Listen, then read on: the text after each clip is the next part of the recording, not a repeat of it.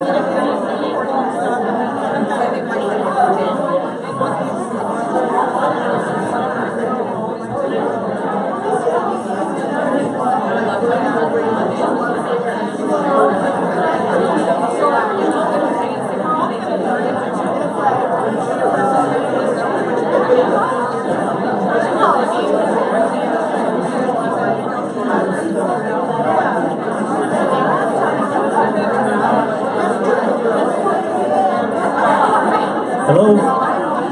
Hello. Good morning, everybody.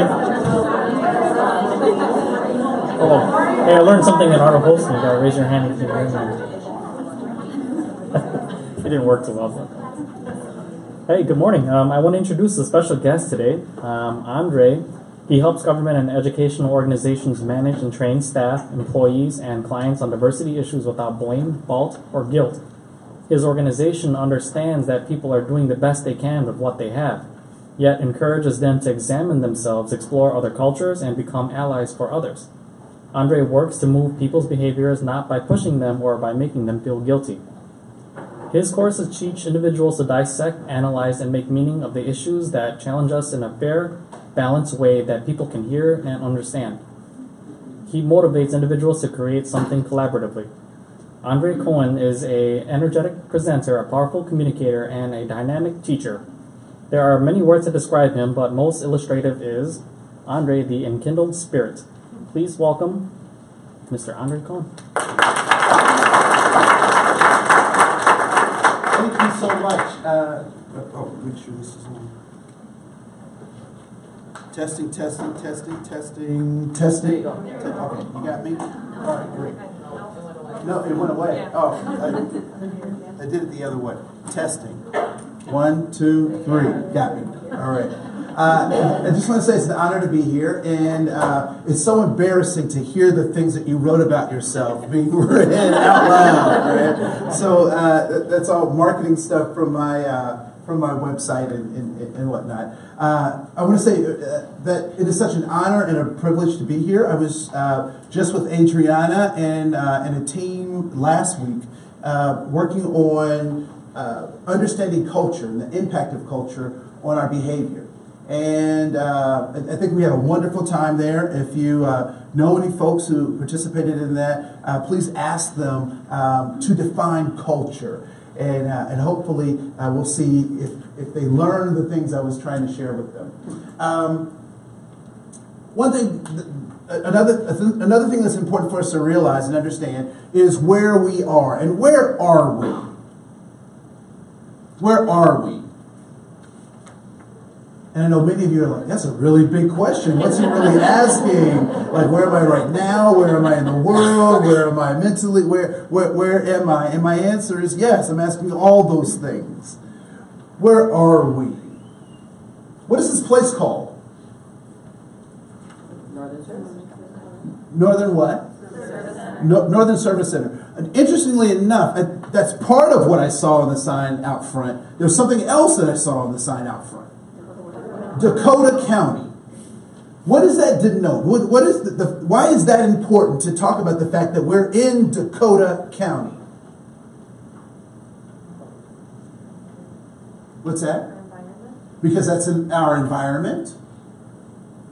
Say more about that. What do you mean by that? It's like our community and the people that we interact with. It is our community. It's the people we interact with. What else is unique or special about being in Dakota County? Yes. We're on indigenous land. We are on indigenous land. We're on indigenous land. And we can never forget that. We can never forget that. Another thing that we have to be mindful of is as we walk on indigenous land, we all have privilege and power.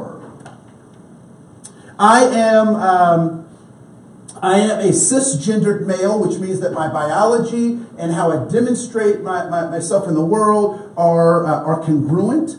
I use the pronouns he and him and his. I've matriculated through higher institutions of learning, so I have degrees after my last name, those little letters after your last name. I am 6'2". My predominant language is English. I am a conservative Christian. I am, and I'm mildly attractive. And incredibly humble. Just ask me. So I walk into this room with a certain amount of privilege, and if I don't recognize that privilege, some of those privileges are things that I've earned. Some of those things were given to me by the nature of my birth. But if I don't recognize the power and privilege that I have, then I can use it as a weapon against people who may not have the same power and privilege that I have. Well, why don't you do ... Because me and my family were able to do ... And so if we don't recognize our own power and privilege, then we use it as a weapon. And so I know I get all of my religious holidays off from work, paid. Not all of my brothers and sisters can say the same. That the expectation of knowing the nuances of the English language are assumptions. And I'm sure in your departments you have lots of acronyms that you know what they mean. Where DD 214, anyone? DD, no. Okay, yes, all right, good. Veterans discharge form. It's a veterans discharge form. But if we don't share that, then we walk around with this knowledge that other people don't have. I was the affirmative action officer at Anoka County for 6 years, and I learned a lot about training. And what I'm going to share with you are pieces that I learned from working with our staff at Anoka County. And so, and prior to that, I was a high school teacher. I'm currently a professor at Bethel University in the education department, teaching new teachers how to close the achievement gap or the opportunity gap. And so I spend a lot of time talking about these things. And so I want to encourage you to think critically about yourself, but also recognize that we operate in a system that maximizes itself when we are divided. But we'll get to some of that stuff later. All right? I want to make sure, does everyone have something to write with? Does everyone have something to write with? If not, I have some pens and brought some pencils around. And please don't be embarrassed to say that you don't have something, because we have provided things for you. So if you don't have a pen or pencil, you can raise your hand and we can get one to you. Wonderful.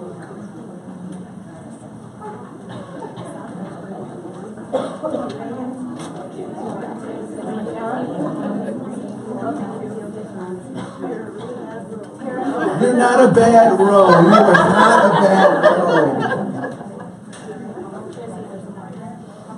So there should, if I can get just about four or five right here in this row, that'd be wonderful. Thank you so much. So what I want you to do is,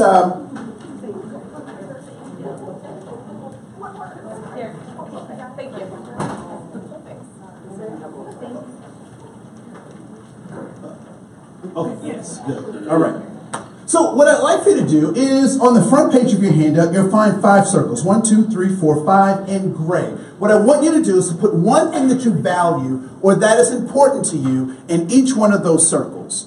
One thing that is of importance to you or of value to you in each one of those circles. So it could be a person, a significant other, a child, a grandchild. It could be a place like Belize or Bemidji.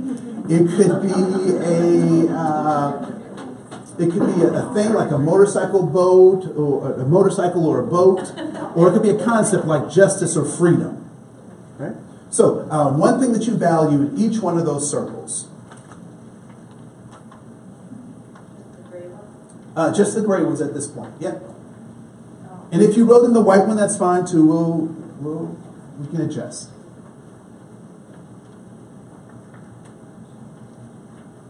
All right. So it looks like people have 3. No pressure. No pressure.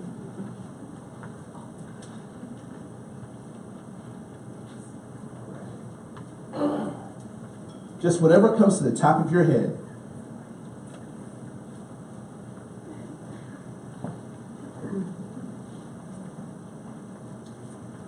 Wonderful. Looks like most people have 4, if not all 5, so we'll go to the next part of this activity. What I want you to do is I want you to find a minimum of 2 people to sign on each of your circles. And I want them to sign on each of your circles that they either like or have something similar on their paper. They look at your paper and say, you know what, I like that, so I'll sign that. Or I have something similar on my paper and I'll put my initials there. All right? So either you like it or you have something similar. You have 90 seconds to do this starting now.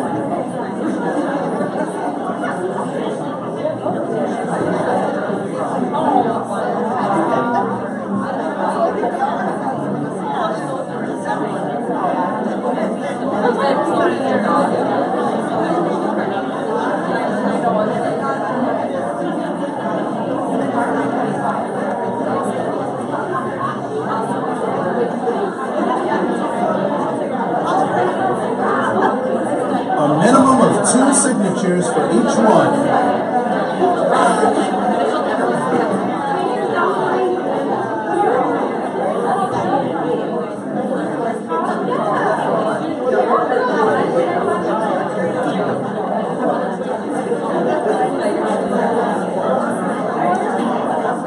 Nope.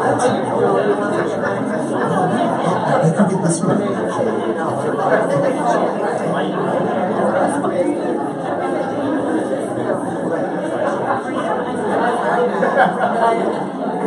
60 seconds.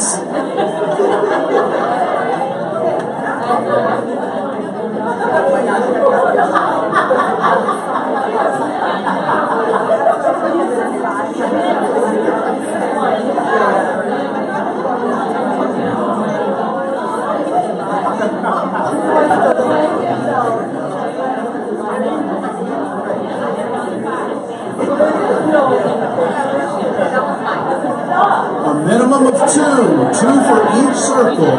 2 for each circle. 2 for each circle. 2 for each circle. 2 for each circle.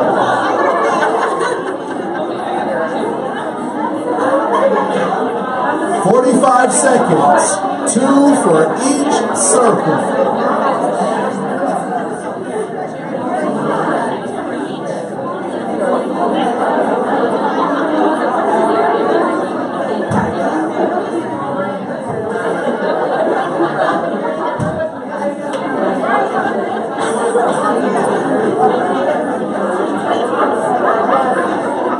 For each circle.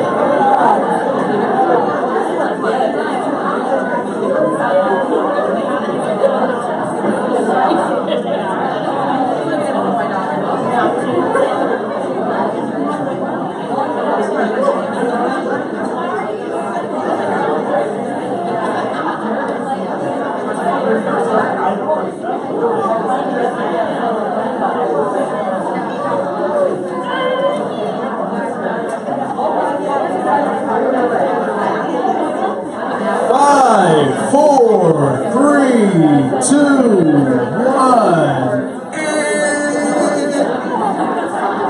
Game over. Get over here. Did anybody play those Mortal Kombat games or anything like that? Yeah.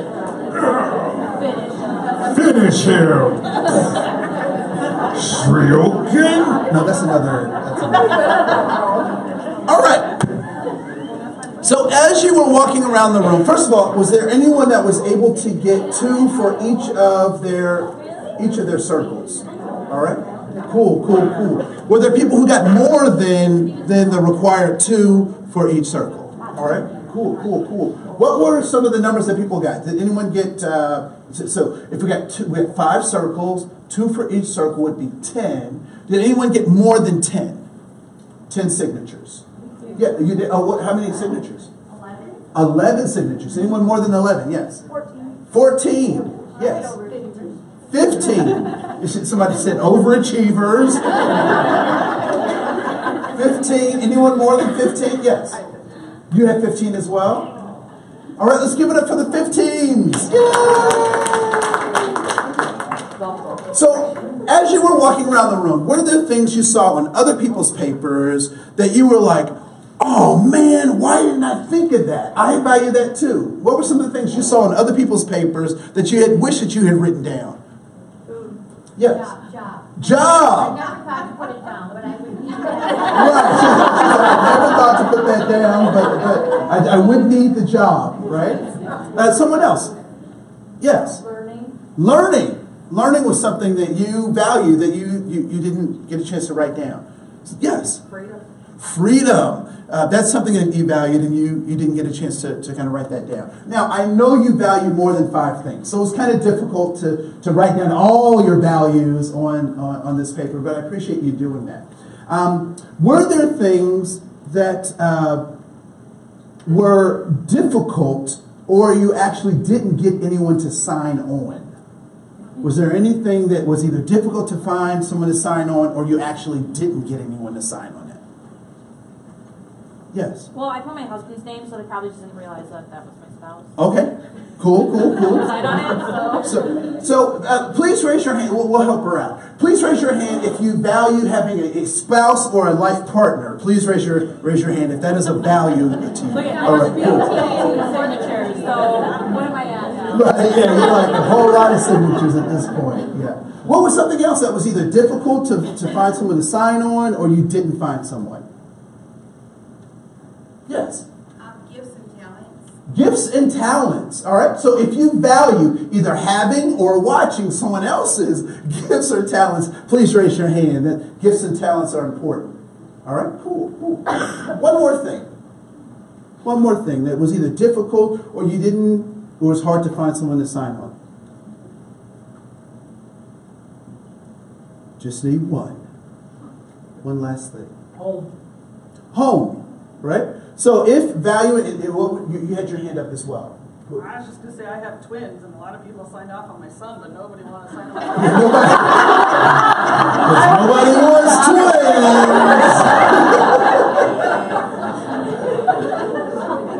But if raising the next generation and having a home is of value to you, please raise your hand.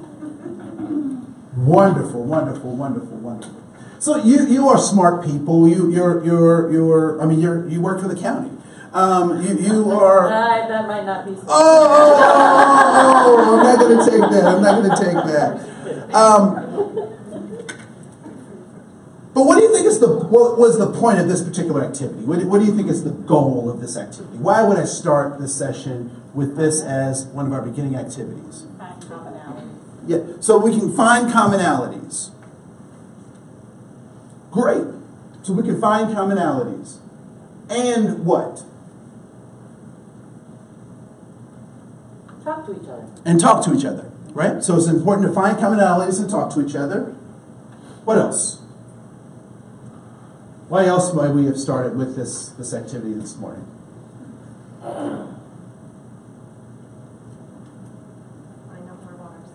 Find out more about ourselves and what we value.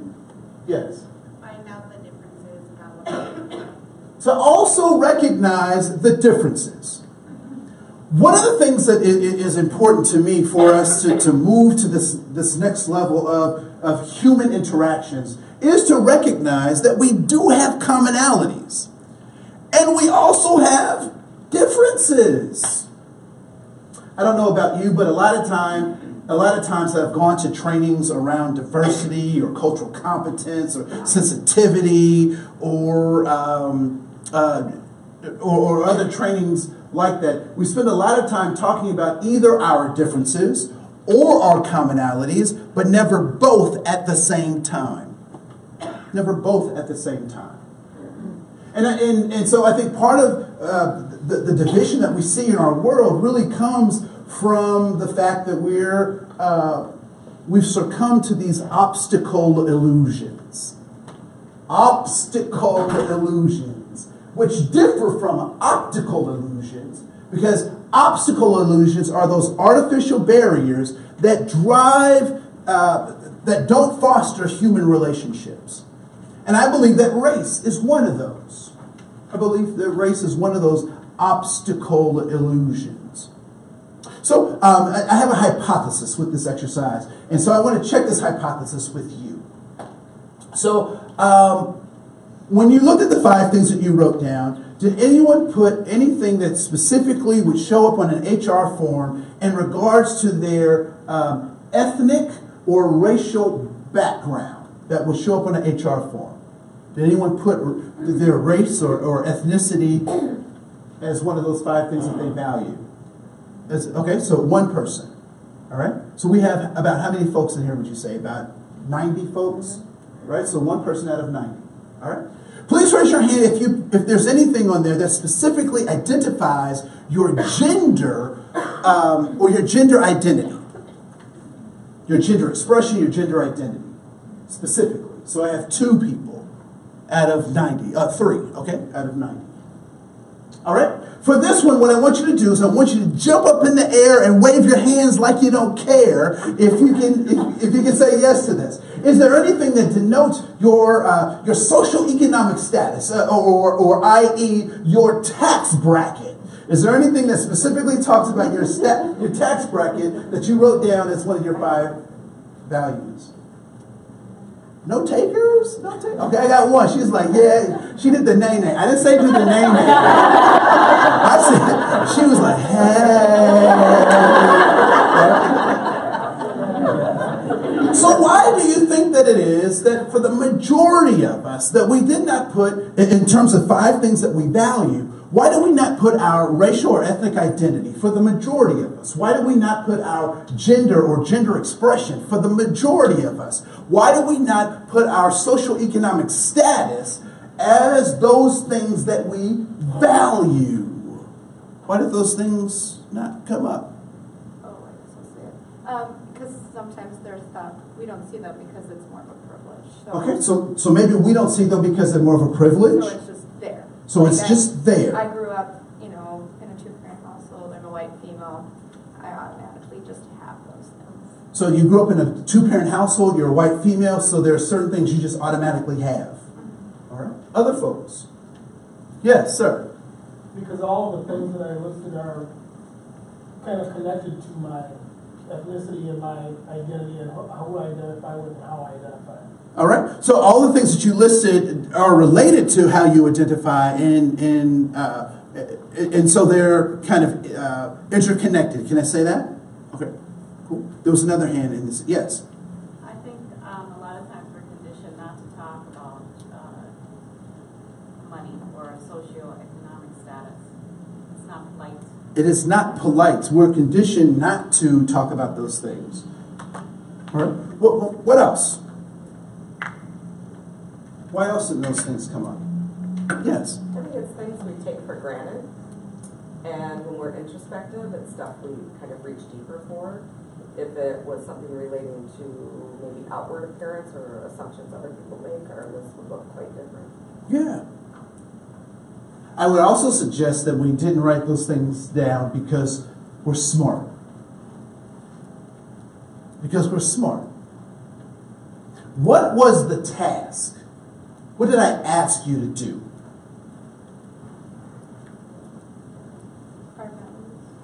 I asked you to write down things that are important and valuable to whom? To you.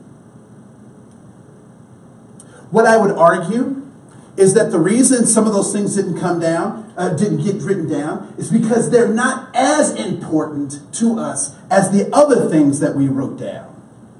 Not saying that they're not important, but they're not as important as those other things. But what I will tell you is that outside of us, the systems that we operate in care a great deal about those things that we talked about. They care a great deal about race. They care a great deal about gender identity or gender expression. They care a great deal about our social economic status. And when we fall into those traps, we develop those obstacle illusions. And so I want to dispel some of those optical illusions so we can actually have better human relationships, because race does not exist, but it does exist. Right? How many people have seen Race the Power of Illusion, that video? Okay, cool. The rest of you, you'll have an opportunity to do it. It's available to you in a number of different outlets, and we'll look at a couple of pieces given my time, and we'll see if we have time to look at a couple of those pieces. But I want to dispel some things. So let's look at the bottom of your page, of your handout. So one of the things that we recognize is that what is this idea of social justice?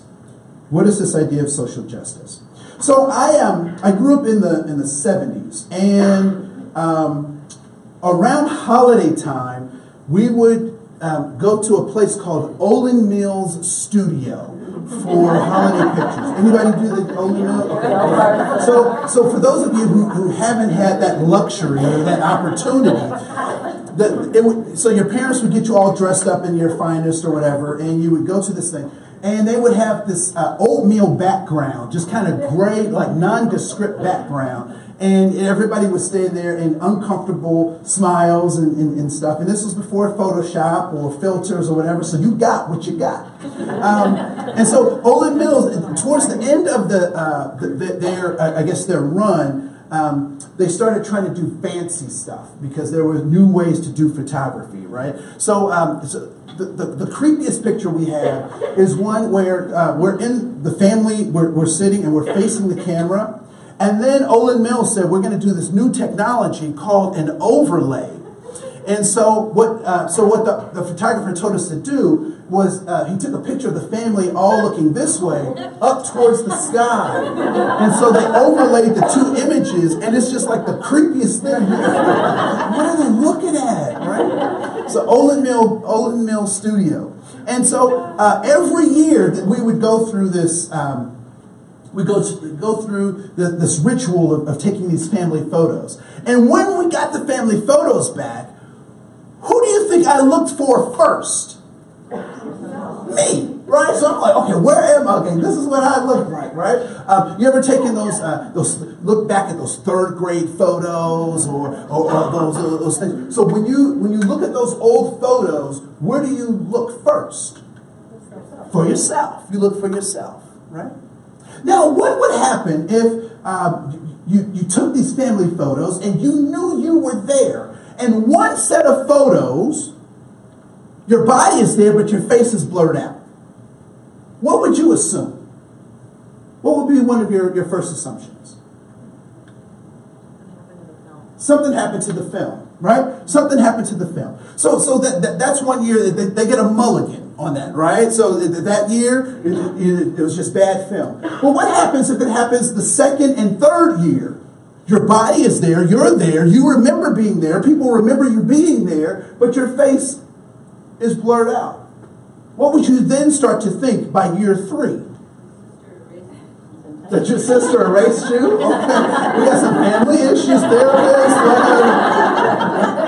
What would you start to think? That it was intentional.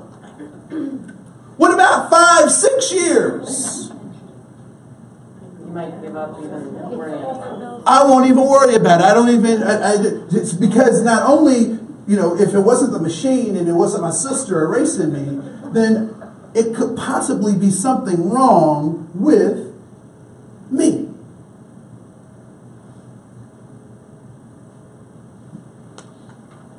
We hold these truths to be self-evident, that all men are created equal, that they are endowed by their Creator with certain inalienable rights, that among these are life, liberty, and the pursuit of happiness. We, the people of the United States, in order to form a more perfect union, establish justice, ensure domestic tranquility, provide for the common defense, promote the general welfare and securing of blessings of liberty to ourselves and our posterity, we do ordain and establish this Constitution for the United States of America. Wonderful words. Beautiful words. Anybody's heart start beating fast when you hear those words? Mine does, right? And the choice of words is so important, not of the United States, for the United States. For the United States. For the United States. As those great words are being penned, both from the Declaration of Independence and the Constitution of the United States, what is simultaneously happening while those great words are being penned? Slave trade. The transatlantic slave trade is simultaneously happening. Who's missing from this great picture? Who's missing? When we read those great words, it is interesting that the word man is used, because what we do recognize from a contextual point of view, that man was the short for human. However, it was used as a tool to exclude people because the word wasn't specific, it was contextual. Who else is missing when we read those great words and we look at this great American picture?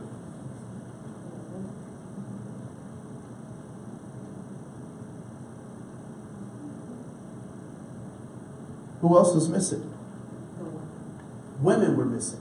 Who else was missing in this, as they painted this great picture? Native Americans were missing. They weren't humans, they were savages. Right? Kill the Indian and save the man. And we can suggest that other religious groups were a part of that, blah, blah, blah, blah, blah. So what is social justice? Social justice is getting people back into the picture. It's getting people back into the picture. It's not about special rights. We don't have special rights in the United States.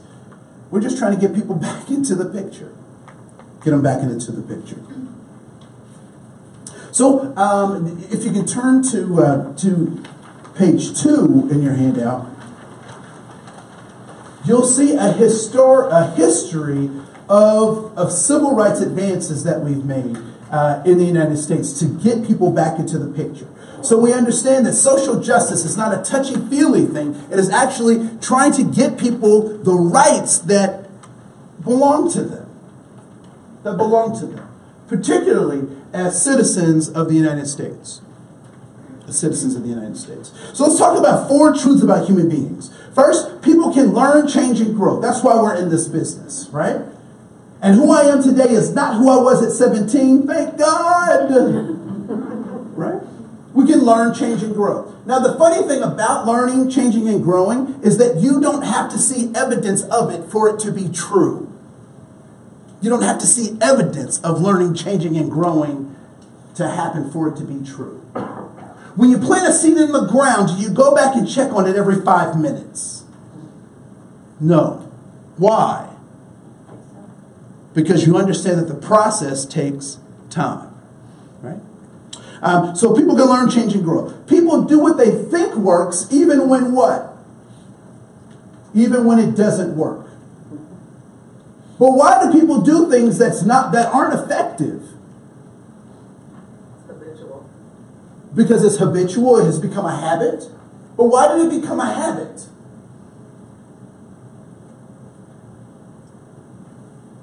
Because maybe it worked once. Because it's worked before.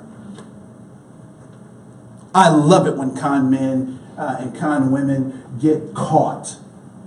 They usually get caught because of their arrogance. They get caught because of their arrogance. Because they believed it worked once, it should work again. Mr. Adrian Peterson got caught up in this, and he had to take a year off of his job because of this. And why did Mr. Adrian Peterson, when he was working for the Minnesota Vikings, why did he have to take a year off? He beat his son. Because he beat his son, he disciplined his son. I think the technical term is he whooped him. I don't know how you spell that, but he had to take time off from that. And Mr. Adrian Peterson is an articulate person, and now I do not condone hurting children in any kind of way. But when asked why he did that, what did Mr. Adrian Peterson say with conviction? What was his answer, his reply? That because that's how he was raised. What did Adrian fail to realize?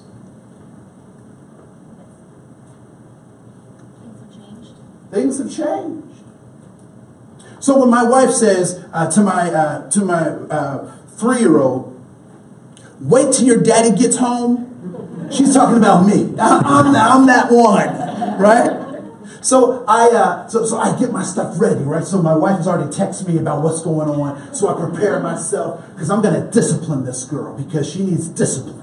So I walk into the house. I have lightning bolts of Zeus in one hand and the Thor, hammers, the Thor of hammer in the other hand, and the hammer of Thor in the other hand. And I walk into the room and I say, "You're going to get it, sister." And she says, "I'm not your sister." So now I'm disarmed, right? But I tell her, I say, "I want you to go to your room for 2 minutes.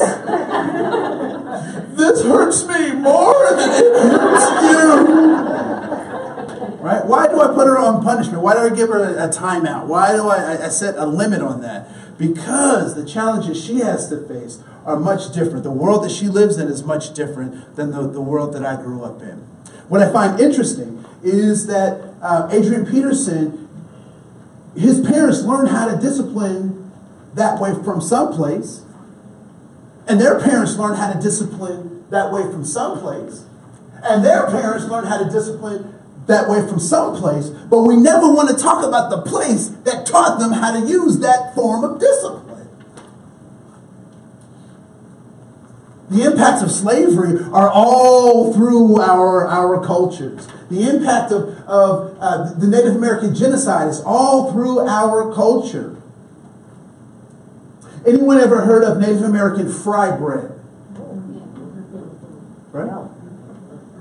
Yeah. And it's funny because even Native Americans will confuse that with being cultural, and it's not cultural. Do you know why fry bread? Yes. Because in like the commodity boxes that the government gave them, that was like the options they had were like flour. Do you mean the new snap boxes that the government wants to give away? Right? Those? Right? For African Americans, did you know that hog maws and pig feet and oxtails are now considered cultural? But those were things that were left after they took all the good stuff. And now we've taken it as our own. And it's killing us. Cholesterol, high blood pressure. This stuff is delicious, but it's killing me. Right? So we have to be clear about why people do things. And people do things even though it's not beneficial, but it seemed to be beneficial in the past. Right?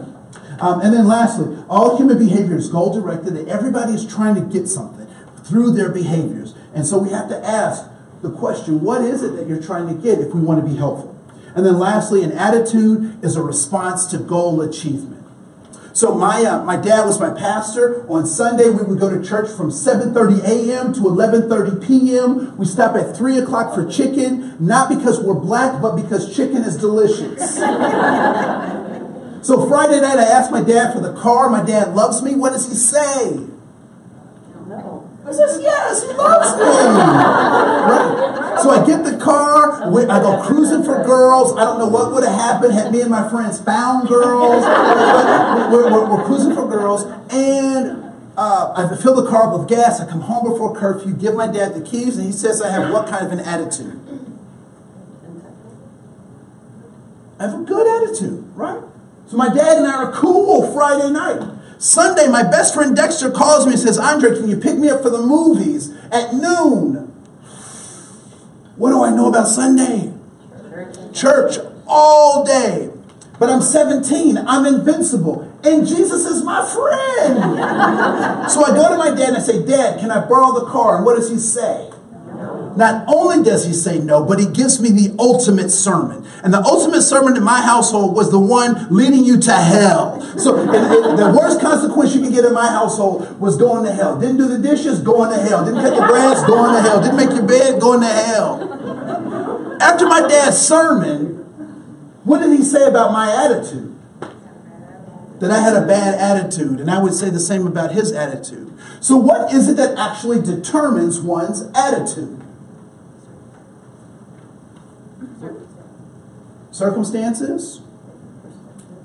Okay, let's back it up. Let's make it real personal. Anybody have a teenager in your life? Right? Anybody remember being a teenager in your life? Right?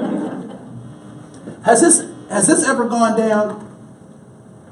You're sitting around doing stuff around the house, and all of a sudden the teenager gets a text. Marsha's having a party. It started 5 minutes ago. Mom, can you drop me off? And you're like, what? Well, we were just doing this thing. And then all of a sudden you want to go to Marsha's party. No, you can't go to Marsha's party. It's a last minute thing. Who does last minute things like that? Nobody does. People plan, right? You got to be better at planning. As a matter of fact, you didn't plan well to get that. You got a C in gym class because of your lack of planning. As a matter of fact, you and your brother and sister have been fighting because you guys haven't been planning time and blah, blah, blah, blah, blah. So you just blow up at the kid. And what happens to the kid? Transformers. You never. Oh, I hate you.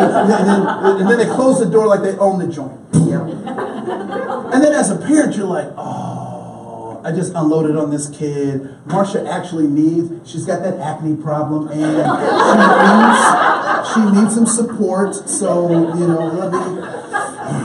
All right. What do you want?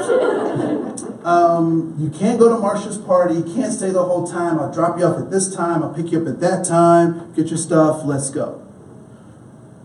Okay. What happens to the kid's attitude? It changes. Why? Because they got what they wanted. When I was at Anoka County, we had a team, a strike force, if you will, a task force that was focusing on MPhib clients that were African American, long-term African American, and long-term American Indian, and clients on MPhib. And so the idea was to kind of figure out why they were on long-term and then get them off, right? And so we did these circles. And one of the things that we found out in the circles was that language like this was being used to apply to nice people like us. They said, whenever I go to the county, I feel like I have to wage war. I have to go in and fight for what I need. So in Anoka County, we started changing how we talk about stuff, right? So we don't want people who deserve these things to come in and feel like they have to fight us. No, so we help people get what they want. And so as a helper, if you have a person with a bad attitude that's in front of you, what do you already know? What do you already know about them? They've experienced adversity, perhaps? They've experienced adversity. Think about the kid. They're not getting what they want. So first, if we have someone with a bad attitude, what do we need to find out? What do you want? What do you want? Because if I can give them what they want, then I can be helpful. But what if they want something that I can't give them? That's not my responsibility to do it, and it may even be illegal for me to do it. What then do I do? Find out what they need. Find out what they need? What else? What's that? Other resources. So I can have other resources. What happens if I push you? If I push you, what's your natural response going to be? Well, push back. You would push back. You're not supposed to, but you would, right? She's like, as a matter, I got this bottle, and you push me. So if I tell them what to do, what is going to be their response to that? No. Right. And whose success and failure is it if they take my advice? It's mine. It never becomes intrinsic. So when we have people who have bad attitudes and they're asking us for stuff that we can't possibly do, our job is to help them find new goals. We can't do. There were situations where I was not able to get my dad's car. But in each of those situations, I had a decision to make. I could have acted a fool and made a scene. Ah, you never give me the car. And what would have happened with me getting that car? It would have got further away. Right? It would have got further away. And so we have to be helpful in that way. So the other thing that I want to talk about is this idea of the illusion of knowledge. The illusion of knowledge. We actually think we know stuff when in fact we don't. Oftentimes we don't know stuff, but we think that we do. So at the bottom of page 2, what I'd like for you to do is I want you to draw a bicycle. Draw a bicycle as best you can.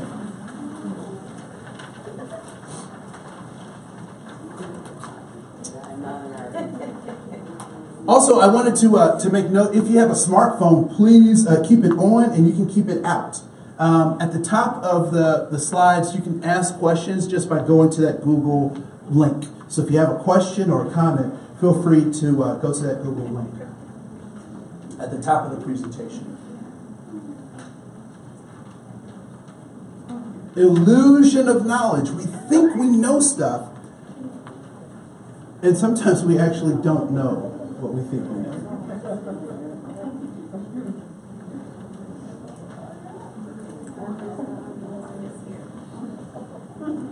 So I'd like for you to share your bike with your neighbor.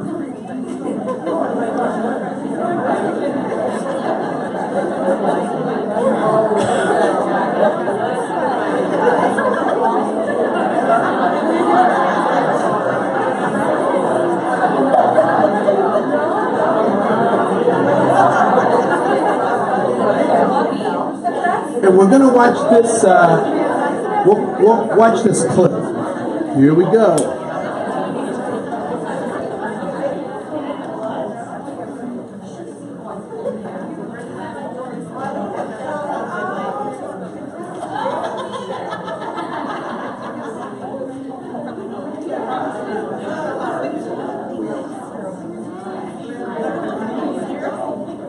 Okay, I'm not getting audio, but I'm smart enough to be able to make this work.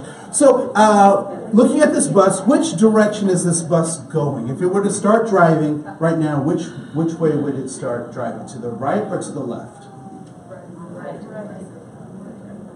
Either. Someone said either way. Oh, neither way. All right.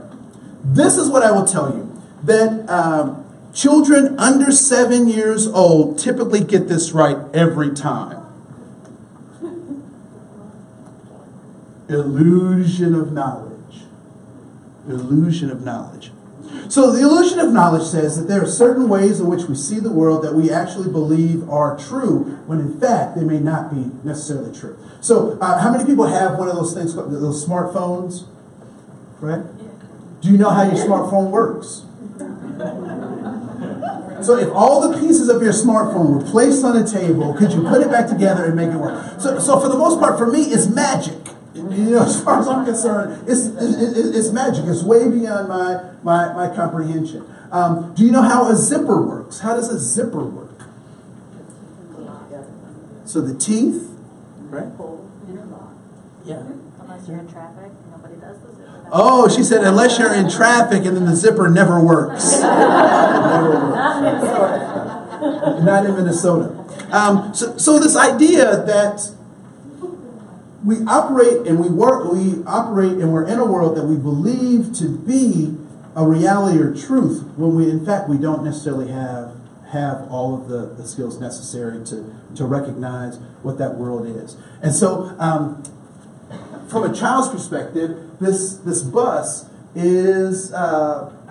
would be moving towards your left, Yes. right? It would be moving towards your left. And why is that from a kid's perspective? Yes.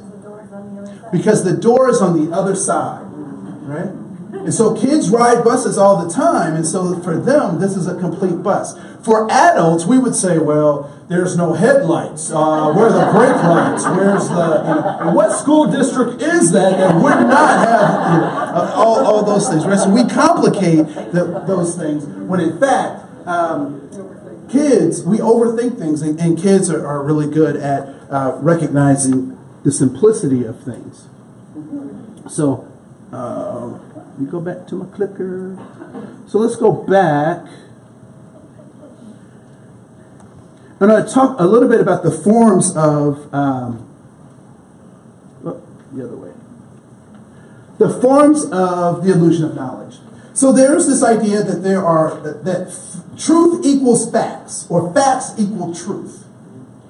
And that is an illusion of knowledge. Because facts don't equal the truth. Example. In 1986, my teacher asked me a question on one of our weekly quizzes. And this was the question. How many planets are there in the solar system? And in 1986, what was my response? 9. We ask a 6th grader today, how many planets are there in the solar system? And the answer commonly is 8. Why? Because Pluto is no longer a planet, right? So facts don't equal the truth. Facts don't always equal the truth.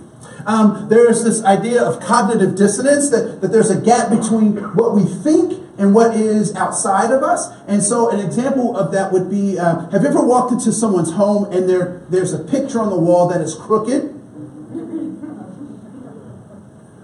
What is your first inclination, or at least my first inclination is to try to sneak over and figure out a way, and right? Because I have this cognitive dissonance. The way things are supposed to be and the way things are not the same. We have this idea of conformity, that it is better to say nothing or to fit in with the crowd, to better adapt or be a part of that. When in fact, that is also an illusion of knowledge, because the crowd does not always know best. It does not always know best. And then there's social conditioning, which is us learning how to behave or how to act in a particular society. These are all forms of the illusion of knowledge. And then there are two counterbalancing concepts. One is called the imposter syndrome. Has anyone ever experienced the imposter syndrome? Like you're good at something, but you're like, I'm almost too good at this. I must be doing something wrong because I do this so well. Anyone ever had that experience, right? Or feeling unsure because other people aren't getting it the same way you are? That's the imposter syndrome. The counterbalance is the Dunning-Kruger effect. And the Dunning-Kruger effect says that incompetent people are so incompetent that they can't see their incompetence. Have you ever experienced somebody like that? They'll say, I'm the best at everything. I am so the best. The best is who I am, and I'm blah, blah, blah, blah, blah. Right? This is what I would like to offer you. White primacy is an illusion of knowledge. Many people have heard of the concept of white supremacy. Have you heard that? Right? I don't necessarily agree with white supremacy because it means that people actually think that they're so-called better than everybody else. And I think there is a population of people who believe that, but I think more folks fall into the category of being in white primacy. And primacy means that that my particular way of seeing the world is the way that by which everything else gets measured. I am primal. I'm prime, right? And everything else gets measured by me. And I would suggest that people who find themselves in this position that say they feel like they have to be better than someone else are actually hiding something. My mother taught me this lesson when I was 17. And she told me, I was playing Atari 2600. I don't know if anybody knows anything about that. So I'm playing my little video game. Now, I understand why kids have ADD. Because when I was playing video games, you had one stick and one button. I don't know if you've seen their new controllers. They got like 30 buttons on there, and they're trying to... So my mother said to me, she said, Andre, I want you to take out the trash. Now, I was 17, so I'm feeling myself. I'm like, Mom, I'm not taking out the trash. I'm grown. And she was like, you're grown. I was like, yeah. She said, Andre, make up your bed. I don't have to make up my bed. I'm grown. Andre, take a bath. I don't have to take a bath. I didn't have to take a bath. I'm grown, right? So one day she got tired of this, so she grabbed me by my collar. When I said that, she grabbed me and she said, son, I don't ever want you to forget this. If you are something, you don't have to tell me.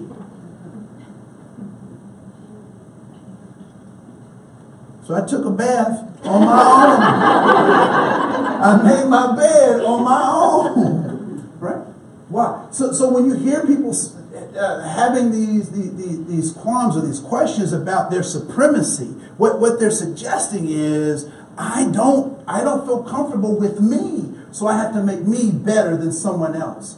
Because if you are better than someone else, you don't have to say it. Love LeBron James. His numbers speak. Whether you like him, whether you whatever, his numbers speak louder. His performance speaks louder than any other conversations that can be had about LeBron James. I believe he is the GOAT, right? The greatest of all time in this generation, and his numbers will continually prove that. So we have to recognize that race is in fact an illusion of knowledge. So what is race? So what we understand about this concept of race is that race is not it's not a biological function. That race isn't biological.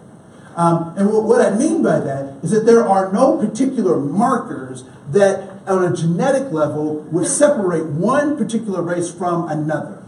However, there are markers that are contextual that separate or that could be determinant of particular types of people groups.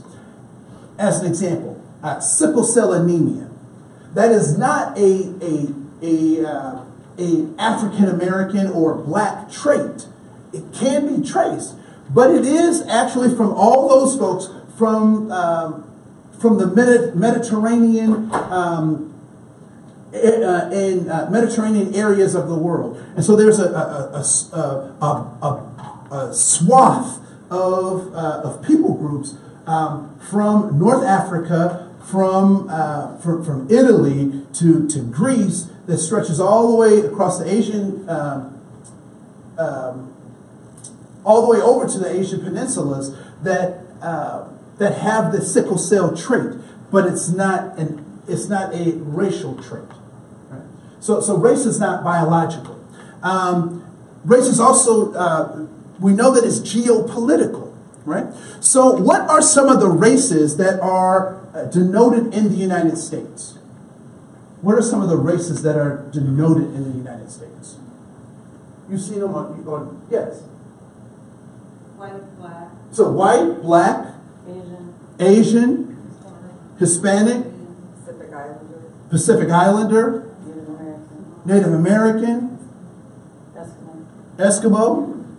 Cool, great. You just hit all the ADA and all the EEOC, so you hit all of them. Do you think those are the exact same in Canada? They're not. Right? Are they the exact same in Mexico? Are they the same in Brazil? Are they the same in South Africa? Are they the same in Australia? And I would say no. And I picked all of those countries because they're more westernized countries, so apples to apples. Right? So race is a political construct. Now, people will say that it is a social construct. Anyone ever heard someone say that? Right? That race is a social construct. I would suggest that race is used by societies, but it's actually constructed by governments. It is constructed by governments. A Ford F-150 anywhere on the planet is still what? A Ford F-150. But we can't say that about racial groups. Did you know that there are no Hispanics in Mexico?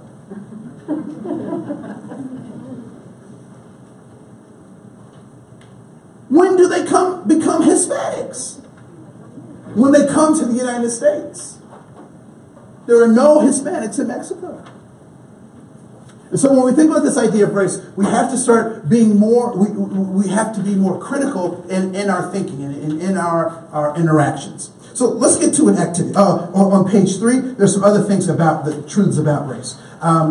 Race is a modern idea. It has no genetic basis. Humans, there's no human subspecies. Skin color is only skin deep. Most variations are within, not between races. Slavery predates race. Race and freedom evolved together. Race justifies social inequalities as natural. Race isn't biological, but racism is still real. And color blindness will not end racism.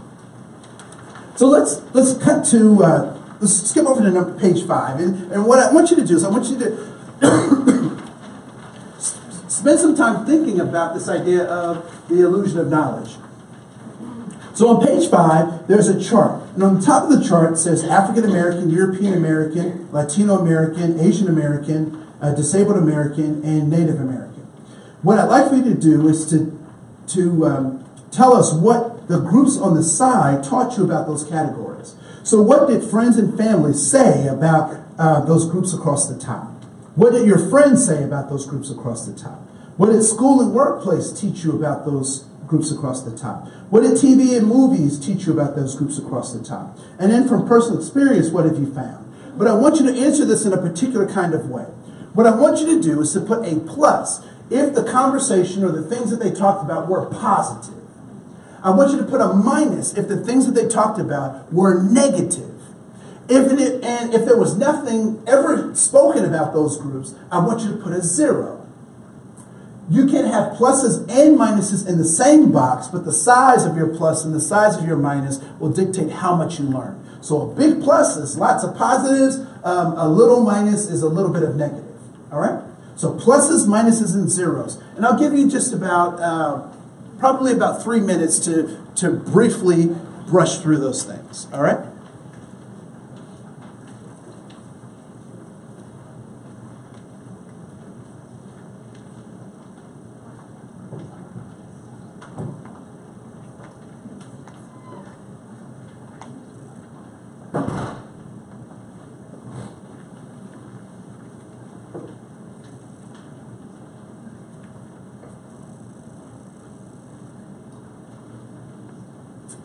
I'll check the notes and see if anyone left a note or a question while you're doing that.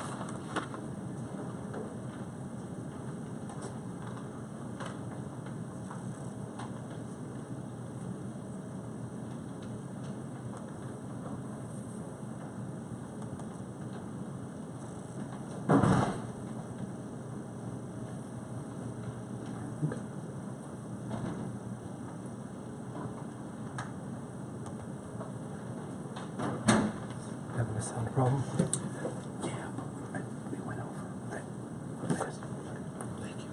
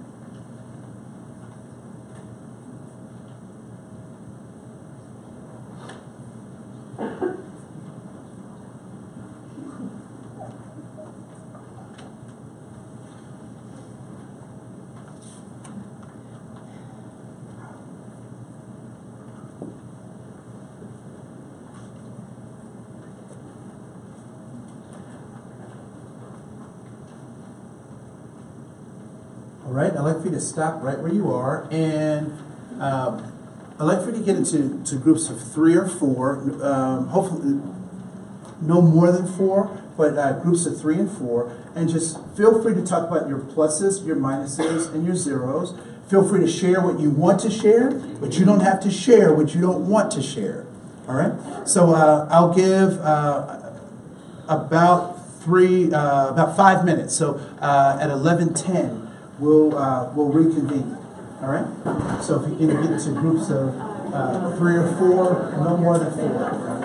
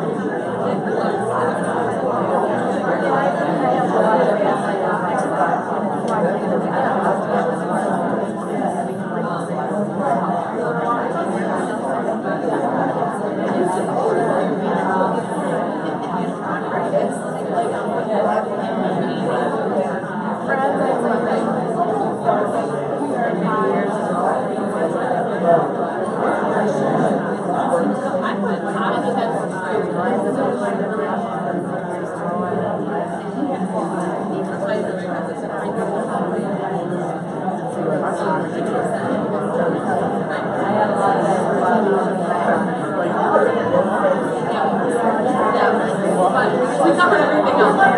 Yeah.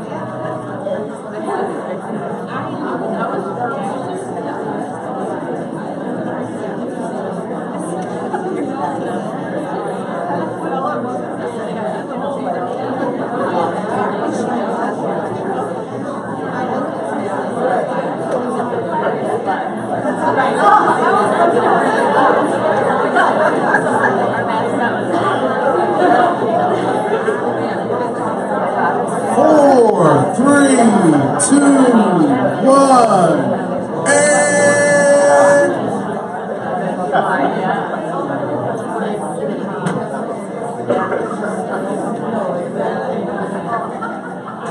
so one thing I want us to do is, so the Walker Art Center is one of my favorite places on the planet.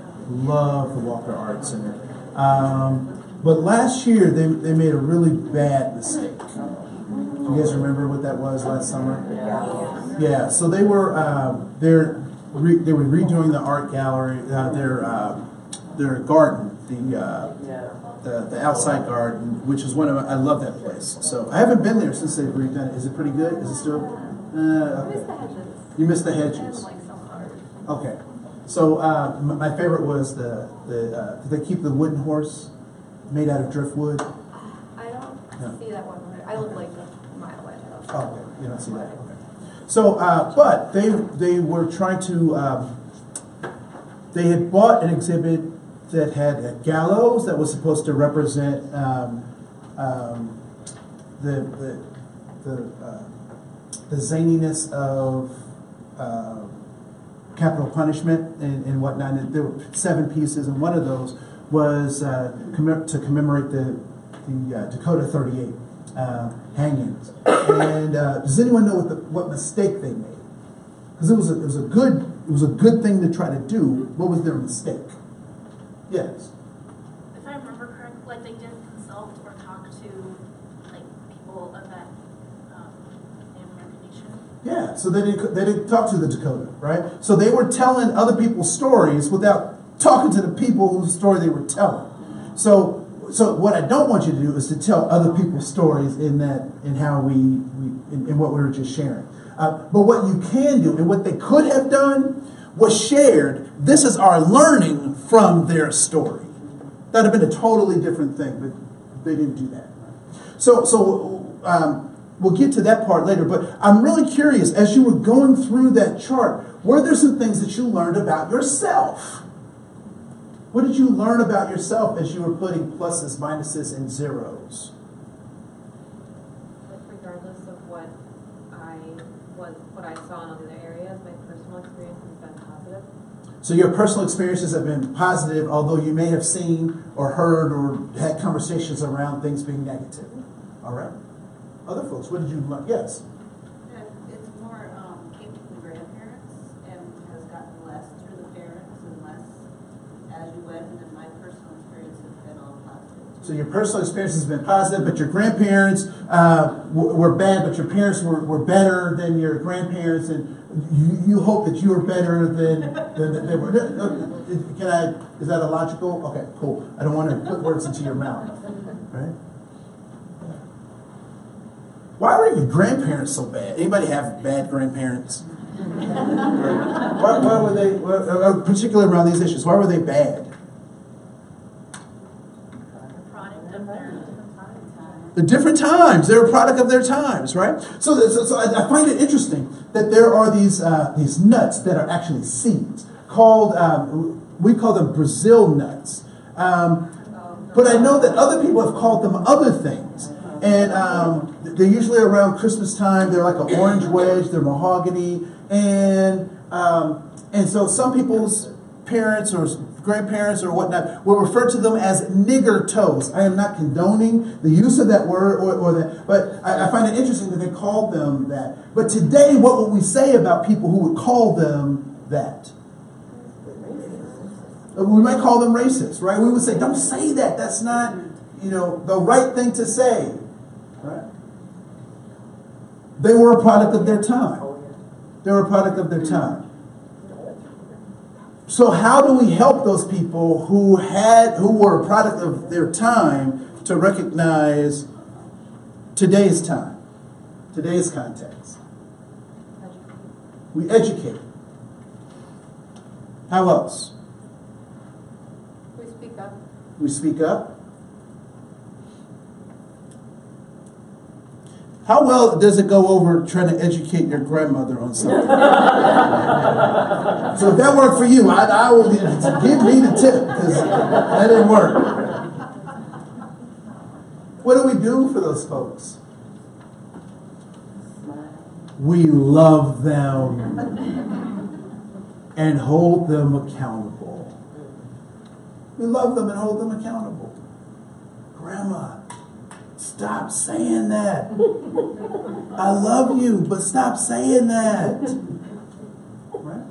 You know, we have to stand up and speak out, but we do it with compassion and love because they are a product of their environment, which means that we're also a product of our environment, and at some point somebody's going to have to. Okay, here's one to think about. This is a noodle twister for you, right? There will come a time when men and women use the same restroom at the same time. I mean, public facilities. That time is going to come.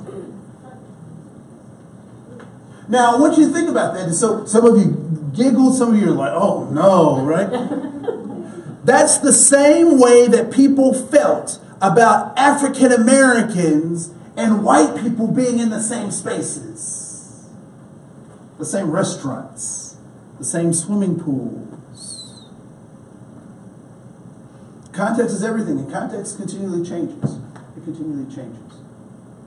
And what I would suggest to you is that these pluses, these minuses, these zeros become a roadmap for you to look at your life and say, what are my goals and are my experiences living up to my goals? If I'm set on fire, I know what I'm supposed to do. Doesn't mean I do it, but I know what I'm supposed to do. What are you supposed to do if you find yourselves aflame? Stop, drop, and roll. How do you know that? How many of you have been there? Have you practiced that live? You know, live? Most of us haven't practiced it live, right? How do we know that? We were taught that. We practiced it. There were songs, there were movies. We did all this kind of stuff. But when people say stuff that's inappropriate in front of us, what is our typical response? We freeze. Why? Because we don't know what to do. We don't know what to do. So now, after today, you don't have any excuses. Because just like you learn how to stop, drop, and roll, you need to start practicing how to have these conversations with people who are obstinate about our human existence. I'm not talking about just, slight political views that suggest that we should do things a little bit differently, but I'm talking about those views that suggest that certain people shouldn't have, period, shouldn't have life, shouldn't have liberty, shouldn't have all the stuff that's in the paper. Right? That's the kind of stuff I'm talking about, not our differing methods. Whether you're a Democrat or a Republican or independent, I'm not talking about that kind of stuff, but I'm talking about those people who actually believe that some people aren't human and don't deserve all the things that the Constitution says they should. So how do you combat that? You combat that with compassion and love, and you speak up and you practice. You practice. Because evil prevails when what? Good people say nothing. I learned that being on boards. I learned that on boards, right? Because they come up with something, it's called Robert's Rules of Order. Anyone ever heard of that, right? So Robert's Rules of Order. So in Robert's Rules of Order, there are 4 ways in which decisions are made. So they present something, and they say, well, this is the thing, we're going to decide on the thing. All in favor? Aye. Here, aye, right? All opposed? Nay. No. All those who have some kind of conflict with this thing, can't really support it, can't be written down in the record as being for it, you have the option to abstain, which means I don't want to be a part of it. So I raise my hand and I say I abstain. And what is the 4th way that decisions get made using Robert's Rules of Order? You say nothing. And so your silence is taken as what? Whatever the group is doing, I'm down with that. I'm supportive of that.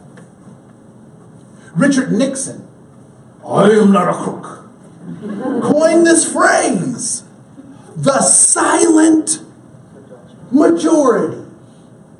So he said, I'm going to do these things because I know that there are the silent people who don't feel that they have a voice. That I will be their voice. All those silent people will be their voice. The silent majority. So if we don't stand up, if we don't say things, then evil prevails.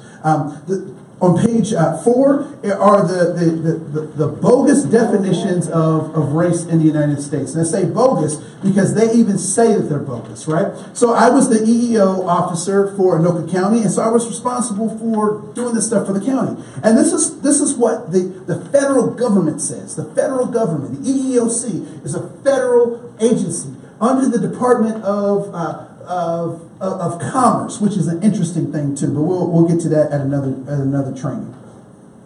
So this is what it says. The EEO reporting. Employers are required to attempt. Now that's an interesting little phrase. Are required to attempt. Doesn't mean they have to do. It means that they are required to attempt. So you just got to try. Just try.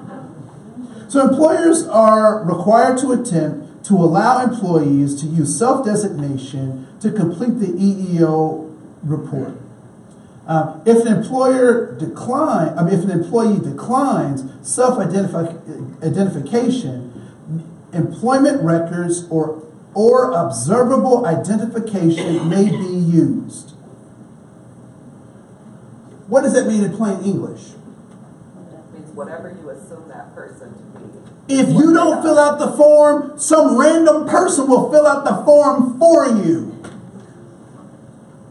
And you look really Asian American. We're low on Asian Americans, so we didn't fill out the form, so I'm going to put your mom. That's how the process goes down. So that's the first thing. That's why it's bogus. The second part is this. This is really interesting. Race and ethnic designations as used by the Equal Opportunity Employment Commission do not denote scientific definitions of anthropological origins. So they're telling us what doesn't declare it, but they don't tell us what. What does declare it? And what does declare race or ethnicity if they're not using science? They make it up. They make it up. So there are these categories, right? So there's Hispanic and Latino. There's American Indian. There's Asian. There's Black. There's Native Hawaiian. There's white. Is there any other group that's missing out of that? You can read it on your own, but there are no Soviets mentioned in any of the Soviet bloc countries are not mentioned in the designation of so-called racial or ethnic categories. And why is that? Because Russians aren't human. They are the enemy, right? So why would we want to give our enemy our political enemy a designation? So I think that's interesting. Just a couple of other things, and I'll wrap up my time here. Is this idea of these obstacle illusions, right? These barriers. So there are a couple of barriers that we have to overcome so that race does not block us from being able to be effective. One is historical trauma. We have to recognize that there's a misnomer with historical trauma. The concept of historical trauma suggests that there were things that happened in the past that my ancestors experienced, that I may have experienced, that are lingering issues. I would suggest to you that if those issues have not been resolved, either through systems or through individuals, that they're actually current traumas. So historical trauma continually happens currently. Can you imagine someone stealing your car across the street and you get to watch them use your car every day, and you've gone to the legal system and you've done all this kind of stuff, but you watch them use your car every day? How does that make you feel at a certain point? Yeah, do you feel very neighborly? Right? That is the existence of American Indians. Seeing all this good stuff being used by other folks and seeing the crumbs that they have left. Interesting. Institutional racism. We have to recognize in 1863, the Emancipation Proclamation was signed, the 13th Amendment was signed in 1865, which ratified the system of slavery being outlawed, and it's not until 1864 that we get equal rights in jobs. That we get equal rights in jobs. And so systemic racism is suggesting that there are environments in which racism was the predominant way of operation. And so we have to recognize that there are still legacy pieces of that still today. And then lastly, this idea of poverty. We always talk about poverty, and we talk about the people, but we never talk about the systems that people are responding to that are these poverty systems. That's my alarm. I apologize. Let me make sure I don't go over. And then lastly, this idea of whiteness. Whiteness is problematic because it operates on one assumption. And the assumption is that all white people are created equal, which is why I believe a number of white young men are shooting up schools, because they're now coming to the realization that they don't have all the gifts that whiteness was supposed to give them. They're not in the cool clique. They don't know how to deal with the bullies that are bullying them, because they're not supposed to bully them because they're white. Whiteness says that all white people are created equal. But white people will tell you that that's not true. What do white people call white people who don't measure up to the level of sophistication that white people think they should? They call them trailer trash. They call them white trash. They call them rednecks. They call them all sorts of other things. This is what white people do to other white people. So this concept of whiteness can be problematic as well. When we think about these ideas or these concepts of race, we can't let them, we have to recognize that we are all in a system of racism. We're all in a system of racism. How many of you are capitalists? How many of you are capitalists? Raise your hand if you are a capitalist. Some of you are looking at me like you don't know what that means, so I'll just break it down, right? So are you a communist? Let's start there. No? Okay, so most people are like, and even if they were like, not in this atmosphere, I'm not raising. Are we socialists? I would say we have some socialist tendencies, but we're not a socialist. We're not a socialist government, right? We are a representative democracy. And we use capitalism as our way of doing business, right? So capitalism is buying and selling goods and services. Do you buy and sell goods and services? Raise your hand if you buy and sell goods and services. Right? So you certainly buy, right? But you offer your services for money, right? So money is the currency in a capitalist society. Please raise your hand if you use money in all of its forms. You, my friends, are capitalists, right? Because you're in a capitalist society. I want to make the argument with you, or I want you to think about this, that just as you are capitalist, you are also racist. You are also racist. We live in a racialized society. Raise your hand if you have a race. You've checked it off on a box somewhere at some point. You have a race.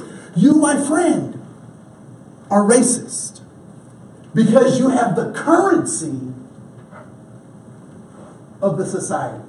Now, so when I did this with my college students, some of them like gasped, right? They were like, I'm not racist. But I want to plant the seed in your thought. Having the flu does not make me a bad person. Making sure that I give you the flu makes me a bad person. Right? So if we're in this racist society and we all have the elements of racism, the question isn't, do I have the flu or not? Am I racist or not? That's a sidebar. The question is, what do I do with the situation that I'm in? And so with my privilege, my power, what do I do with that? Do I ignore my flu and infect lots of other folks? Or do I take accountability for my fear and try to figure out how I can become a different or a better person. Last thing, and I'm 1 minute over, so I will stop right here, is this idea of we need to recognize that there are adverse childhood experiences that impact us to this day. And so on page 7, you'll see that recognize that bigotry, prejudice, and discrimination are related, very much like cognitive behavior therapy, where bigotry is emotion, prejudice is thoughts, and discrimination is the behavior. And then lastly, this idea of power and privilege, whether you have privilege or you are a person without privilege, if we're not careful, the free-range chicken costs more than a conventional chicken, but they both have the same destiny. So whether you have power and privilege or not, or you have freedoms or not, if you're not careful, you will have the same fate as those who don't have power and privilege. My name is Andre Koen. I really appreciate your time. Thank you. Have a great day.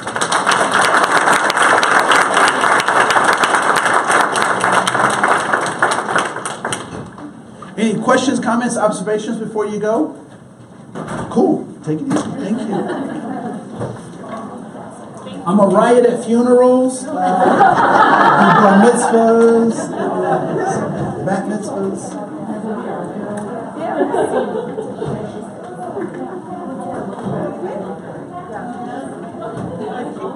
Thank you so much. Yes, sir. Appreciate it. Yep. Always a pleasure.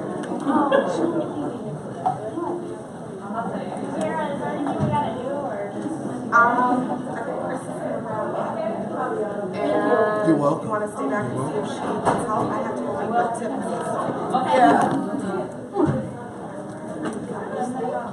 Hi, Mr. Koen.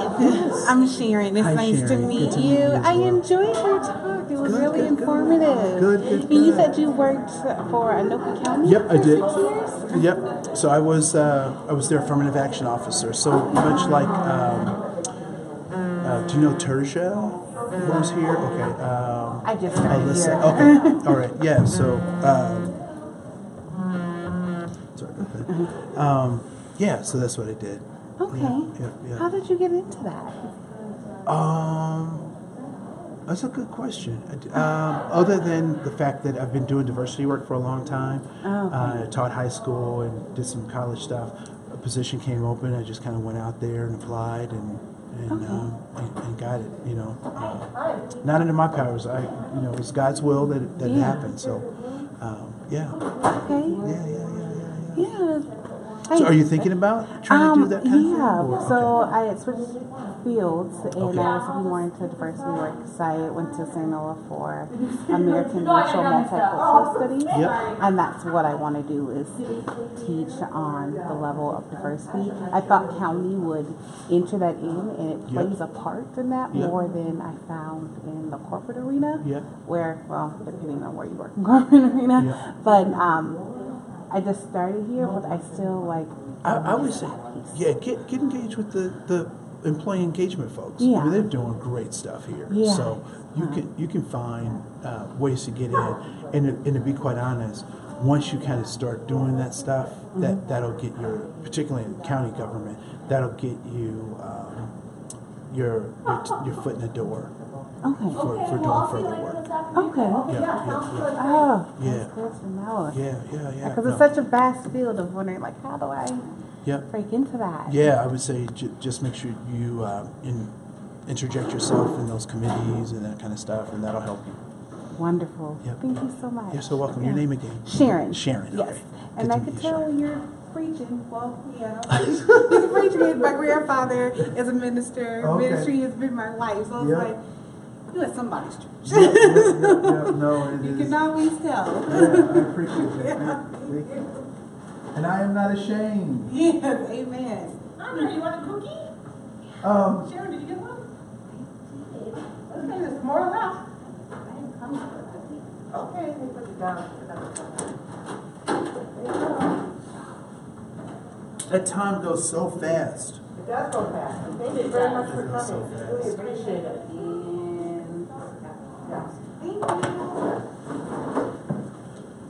So I've got 2 more of these today, so that'll be fun. You want to take a couple of these? Yeah. No, I can always eat them later. Take a couple, because there's plenty here. That's it? Oh, okay. And they did approve the check, so it should be going in your account. So if it doesn't, you let us know, and let me know. I will.